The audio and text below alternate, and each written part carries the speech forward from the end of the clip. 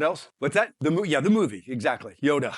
So a Yoda moment. I created a safe word in teams that I'm coaching. It's called a Yoda moment. If somebody wants to stop the room and say something risky, courageous, to call somebody out, to do something that they're fearful of doing, they raise their hand and say Yoda moment. Yoda, because I believe that the wisdom and the power of that character, Yoda, exists in every team, but it doesn't exist in any one of us. The only way you can get that wisdom is if everybody is willing to put their point of view on the table. We've got to hear everyone's point of view. Interestingly enough, in the average room of 12 people, our data shows that only 4 people think they're heard. And it's usually the old white male leadership that just is constantly speaking in that room and echo chambers for themselves. And I want, on the other hand, fuller inclusion. I want to hear what people have to say. I want to hear what the risks are. I want to hear what the ideas are. And the ability to have that kind of candor is crucial. So we give rules to make people be courageous. And when somebody says Yoda moment, then everybody pauses and realizes this person's taking a risk.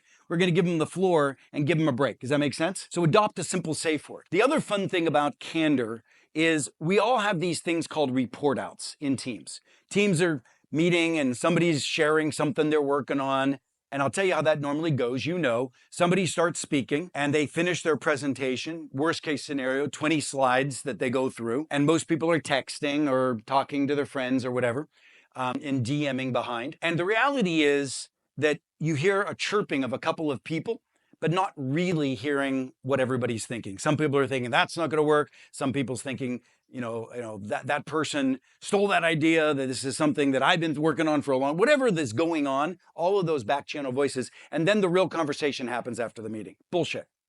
What we do when we're having conversations is somebody reports, and it's real simple. They're only allowed a 5-minute window. And they say, here's what I've achieved. So they put themselves out there and claim what they've achieved. Here's where I'm struggling. They signal that they're willing to be humble and human by saying, I know I'm not perfect. Here's where I'm struggling, and here's where I'm going next. And then based on that, the entire room breaks off into groups of 2. If they're sitting in a room, they just turn to the person sitting next to them. If you're online, you push a button and everybody goes into breakout rooms.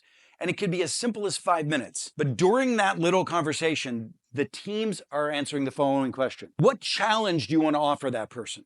What are they missing? You're specifically assigned in your small group after somebody reports to say, what are we missing? What innovation might you offer? And is there any offer of support or help you might give? Now, we call this stress testing. Every time somebody speaks up in a room, updating a team on a project, they always get stress tested. So they share where they are, where they're struggling, where they're going, and everybody else then goes into small breakout rooms and writes in a Google sheet, here's where I challenge you, here's what an innovation, and here's how I'd be happy to help. Now, when you read all the books, we say we want a culture that would do that openly in the room. But the psychological safety is low among most teams. When you go into small breakout conversations and you open up a Google Doc and you answer the question given you, your psychological safety goes up by 85%. And then all of that information comes back to the original person. You don't even have to do a report out, or you could do a report out.